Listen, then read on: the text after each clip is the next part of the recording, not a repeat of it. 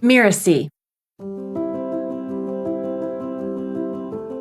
For me, when I'm coaching a client, when I start wanting to answer for them, I'm like, oh, that's probably my intuition wanting to say something right here. Like, this is what I'm not hearing them say. And so how do I offer that back up to them so that they can hear that with it being just an offer? Hello, I'm Melinda Cohan, and you're listening to Just Between Coaches. I run a business called The Coaches Console, and we're proud to have helped more than 70,000 coaches create profitable and thriving businesses. This is a podcast where my guests and I discuss challenging conversations that we face with our clients, but also how to take a deeper look into issues that we might deal with within our coaching businesses and within ourselves. Now, as coaches, we work with several tools: listening, reflecting, asking powerful questions like what I'm noticing is, like that kind of thing. But sometimes, especially I find this with newer coaches, they struggle or are hesitant to interrupt a client when they go into their story, maybe. The coach will find that it's hard to intuitively interject and take control of the coaching conversation. And today's guest is a successful business owner of a six-figure coaching business. She's a thought leader in the positive mindset field with several certifications. And today I'm going to be talking with Taryn Laakso.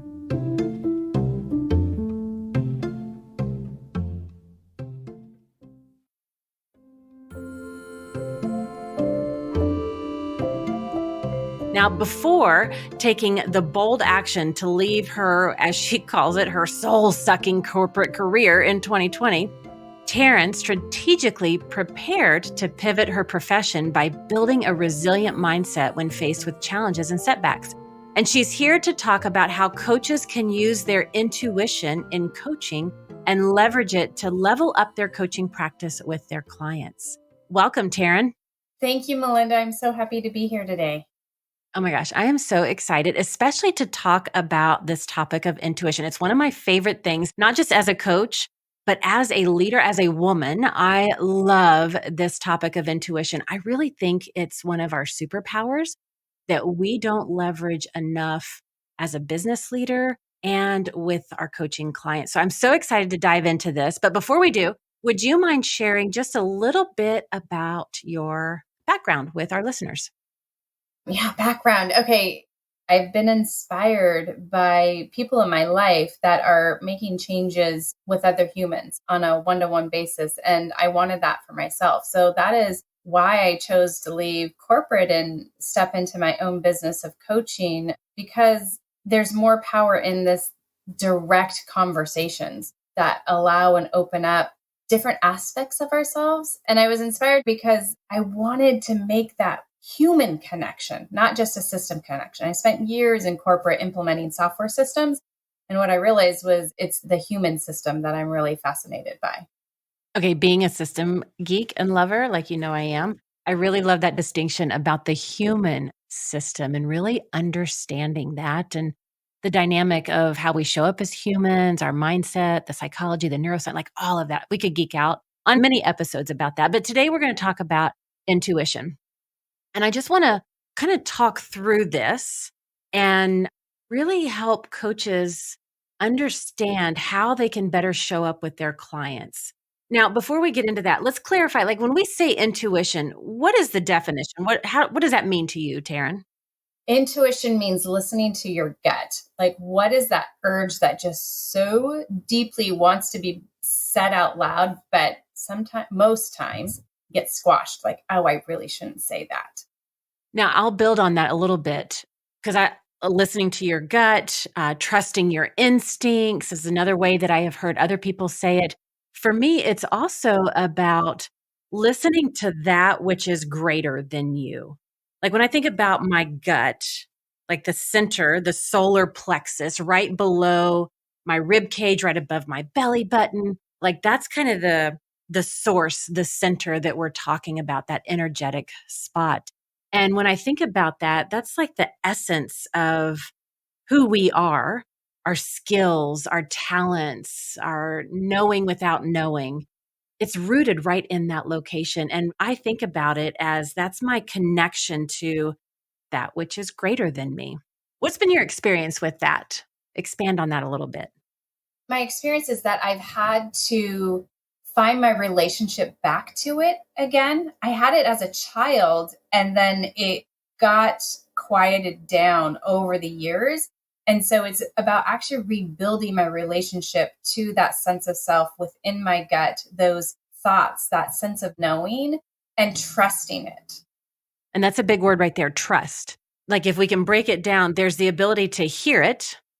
There's the ability to listen, trust, and then respond. Like a funny little example, not with a coaching client, but just the other night, we were making dinner and he had a glass sitting on the counter and he had placed the pan. We were making salmon, it's his specialty. And he had it and it was kind of teetering on the edge. It was hanging over the edge of the counter a little bit. And he thought to himself, oh, that's not a good idea. I should push this back. He's like, no, I'll just be careful. And he went to reach for the salt. His stomach hit it, knocked the glass off, and broke it in the sink. And he was like, I knew that was going to happen. It's like, I hate when we don't listen to ourselves. Right. So it's like those moments. And I know probably all of our listeners are thinking, oh, yeah, there's times when I haven't listened to my gut. Right. So there's the knowing and there's the trusting and then there's the taking action. And I'll add into that, there's the slowing down to listen to it. Okay, say more about that. I think we're rushing so much from thing to thing to thing that we forget to slow down to listen to that voice and go, oh, what's important about this for me to take action on or to be with? Okay, so let's break this down because that is a good thing. Like as a coach, when you're working with the client, we have to slow down to be present. Like that's what's really happening is so we can be present because only when we're present can we hear our intuition and tap into the magic that it has for us and the insight that it has for us. And so for us to ask ourselves, what's important for me to take action on right now or to be with? That's also a powerful coaching question that we can ask our clients.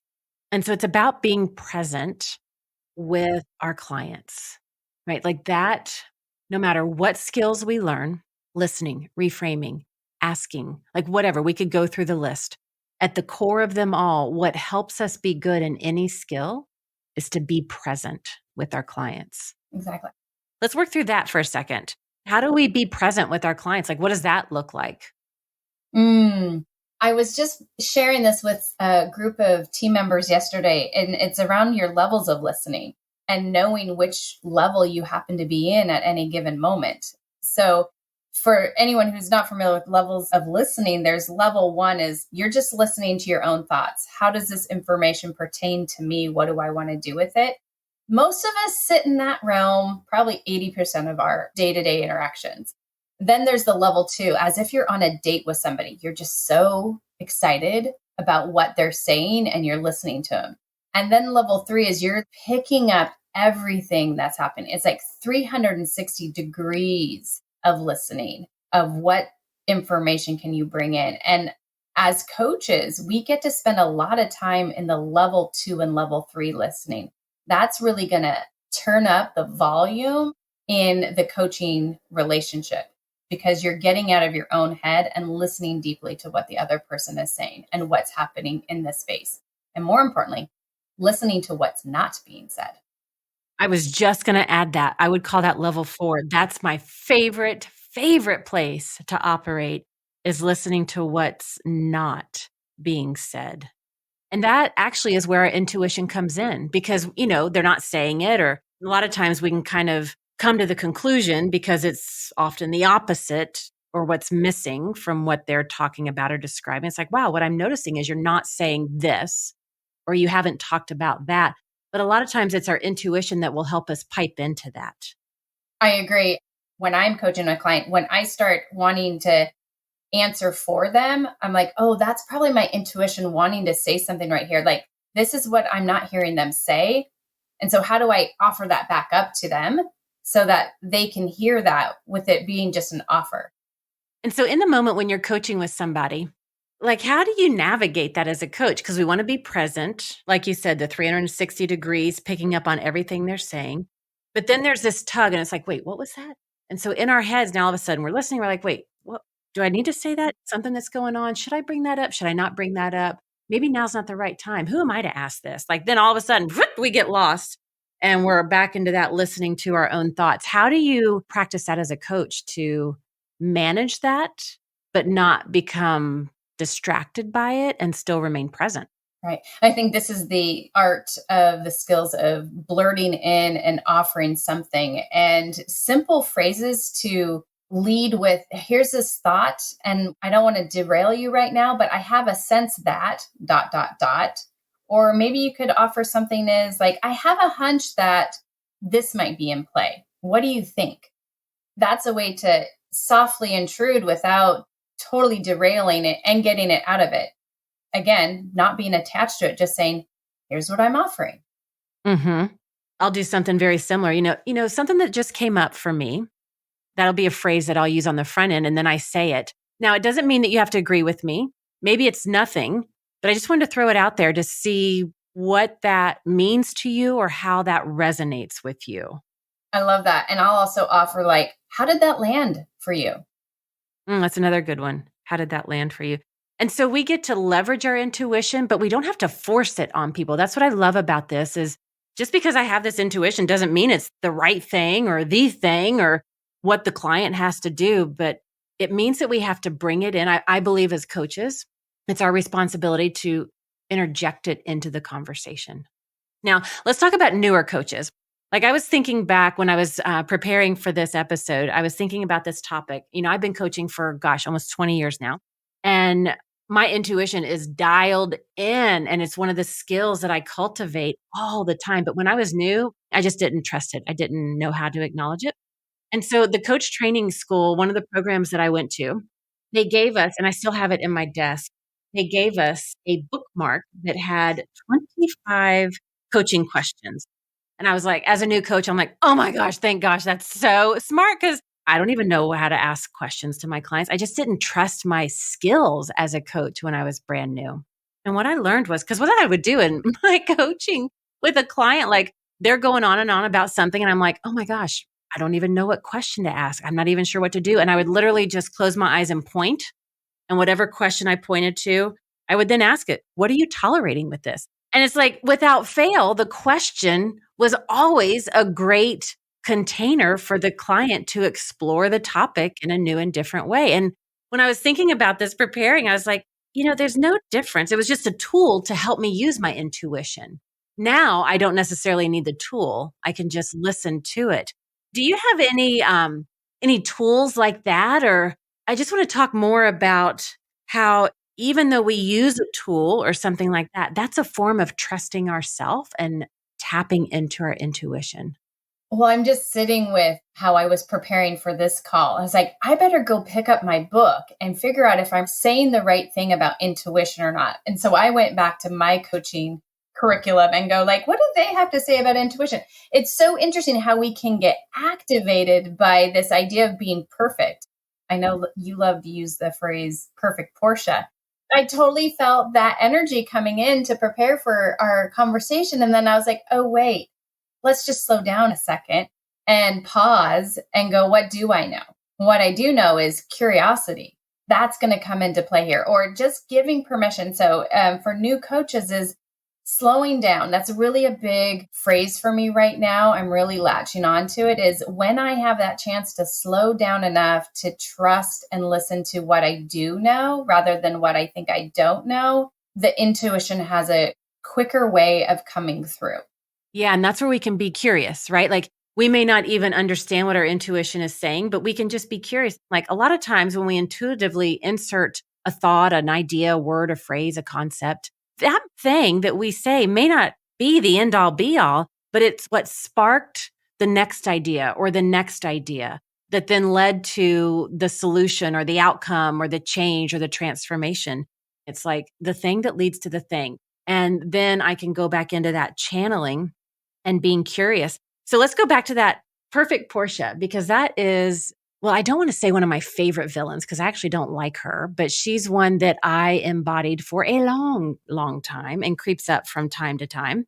And so I think that is the enemy of our intuition is trying to be perfect, trying to know it all. Will you talk more about that villain and how it really just kind of impacts our intuition?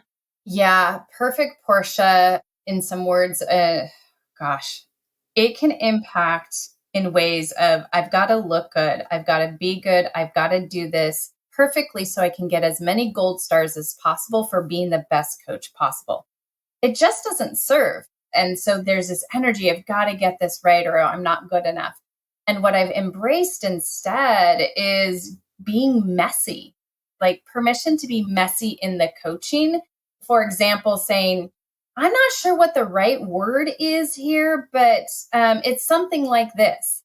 And throwing something out there and letting the client co create and have their reaction to it. I love what you just said, inviting the client to co-create with you based on the prompts that you might give. And one of the ways that I help myself be messy is it's a tool that I've used with my clients forever. I usually explain it to my clients very early on in the coaching relationship, and I teach them about the art of the do-over. And I give myself permission and I give my client permission. It's like if we ever experience something on a coaching call and we're like, oh, that wasn't exactly what I meant, I'd like a do over. We have unlimited numbers of do overs for any session at any time for the duration. And so when I remember that, oh, at any time I can have a do over, it's like, wow, that didn't go well. Let me have a do over if you don't mind. And then I can try to rework my intuition and work my way through it. And what's beautiful about that, Melinda, is you're now modeling for your clients that they get to be messy and that they get unlimited do-overs in any type of relationship, whether they're leaders, their parents, their friends, etc. Like no one has to be perfect. There is no such thing. Now, when I also think about intuition, I think of vulnerability. That's the other word that comes up for me. And truly, for all coaches out there, women is where I gravitate. I love working with women. And I think this can apply to all coaches. When you think of Superman or Wonder Woman and they have the red cape, like I truly believe vulnerability is that red cape. Like it is the red cape of our superpower. To share your intuition is to be vulnerable. So how can we as coaches navigate that spot of being vulnerable? Can you talk more about that? I'm in relationship with being vulnerable. It's a practice.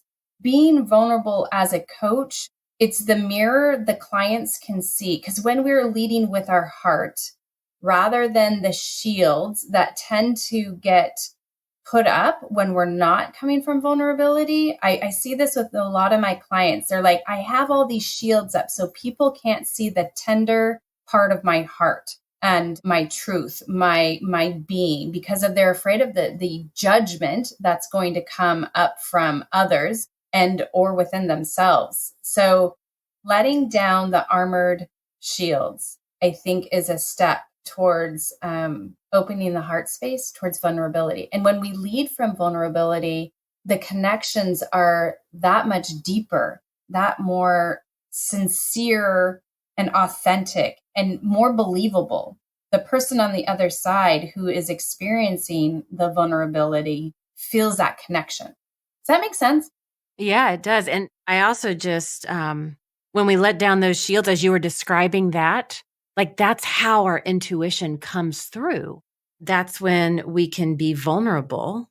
That's when we can hear our intuition. That's when we can slow down and be present and have that 360 degrees. Because when our shields are up, that's when we go back to that first level of listening that you were just talking about earlier, right? You're just listening to what's in your head. It's like, oh my gosh, did I get that wrong? Oh my gosh, did I mess that up? Oh, I should have asked that other question. Darn it, why didn't I do? And so we just get lost in all of that. That's not coaching, right? That's so far from coaching. You're just not coaching. And so that's where, for newer coaches, it's just a matter of practice.